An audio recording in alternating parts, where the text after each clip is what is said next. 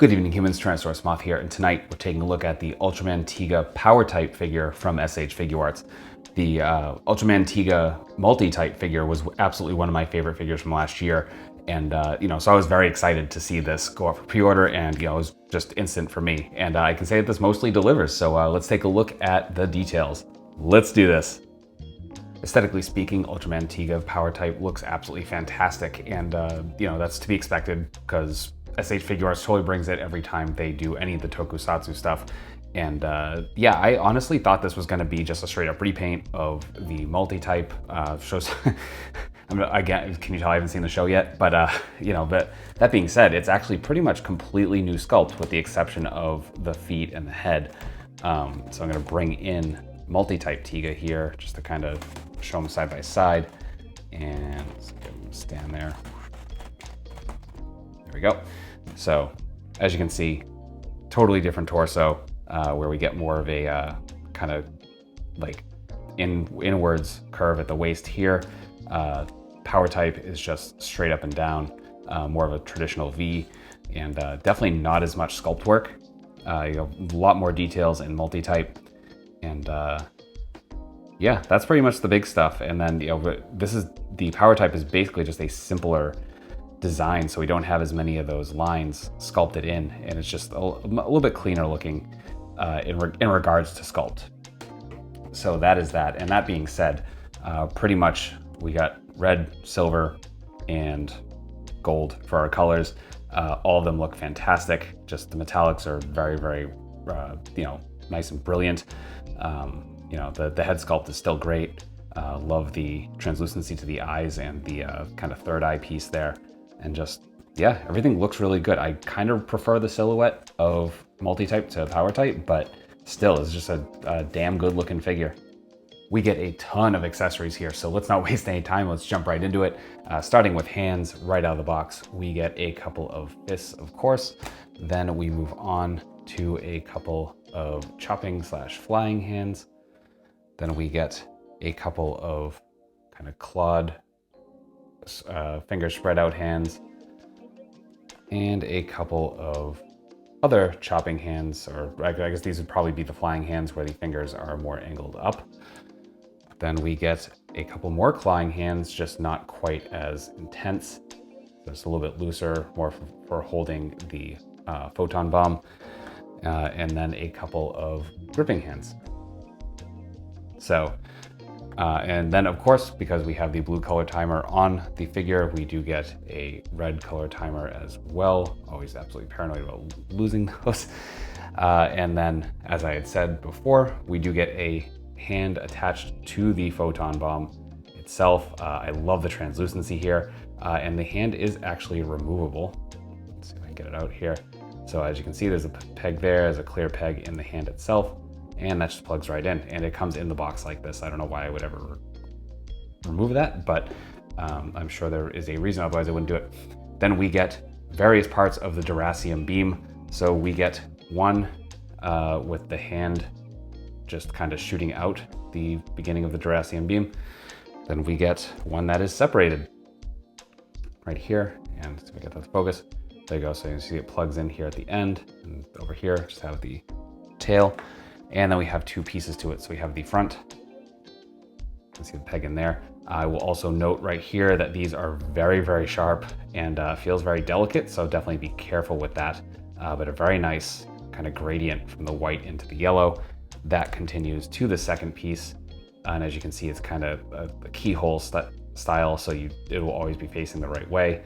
And this continues that gradient with just a slightly higher translucency into more of an amber.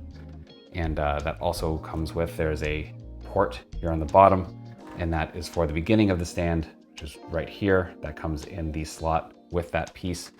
Then we get the stick part of the stand, and finally the just bottom of the stand. And yeah, that's everything. So that's accessories. Articulation here is really good. However, it doesn't quite live up to how good the multi-type Tiga was, and we're going to get into that pretty much right away, because starting at the top, so we have our standard ball joint at the head, and the neck is a separate piece, so we can look down really nicely, but we really don't get too much up. And let's see if I can get him to stand so we can kind of show the comparison here. So we got that, and then Tiga multi-type. So you can see just enough more to where those flying poses are gonna look much better. And that just, I can't tell what that is. I actually took the head off and tried to see if I get the neck to move back more, pardon me. But yeah, it just doesn't go. So you're not really gonna get too much up there, but we are gonna get a little bit of tilt. Again, not quite as good as Tiga was, multi-type, pardon me. And you know, our arms are the same, so we have that kind of joint that we can move the delt on. As you can see, there's a peg going into the body. We got a little bit of butterfly action going on there. We can raise up into our T. We do have a bicep swivel. We have double jointed elbows, holding completely in half beautifully. We have our standard SH Figuart joints at the hands. So we can rotate, we can move up and down, we can do horizontal if we move that joint. So anywhere you want to go. We have a ball at the diaphragm, so coming all the way around. We do have a rubber piece for the mid torso again, for the abs. And you know, again, it's a little bit thicker, and this is another place that just doesn't reach where Tiga goes, where we don't really get a whole ton of crunch forward. And then we get that much arch back. And we also get rotation from there as well. And then again, the hip piece is also rubber. So you got rubber here and here. Then we come to the hips, and they're coming way out. Obviously it's coming out of our way. Pretty much full splits, absolutely beautiful. Then we get our thigh swivel, as you can see. And our kick forward is pretty insane. We're going way past 90. Then we get our knees double jointed, coming up to there. Very, very nice. Then we come down to the feet. We get our rotation there. We get some very, very nice point. Get a wee bit of forward. We get a toe joint, and then some okay pivot and rocker. So that's articulation. Getting into size comparisons, here he is with some other SH Figuarts, with some SH Monster Arts, with some Hasbro, with some other imports, with some monsters. Finally, with an Articulated Icons Oni, and yours truly in human form as an Articulated Icons Ninja. So my final thoughts on the Ultraman Tiga power type figure from SH Figuarts is that this is super solid, definitely fun. Unfortunately, it just falls a little bit short of the multi-type figure in terms of articulation, but the accessories are that much better. So, I mean, it's definitely a trade-off, and I certainly wouldn't say this is the worst figure by any measure. It's just that, you know, a couple articulation points aren't quite as deep.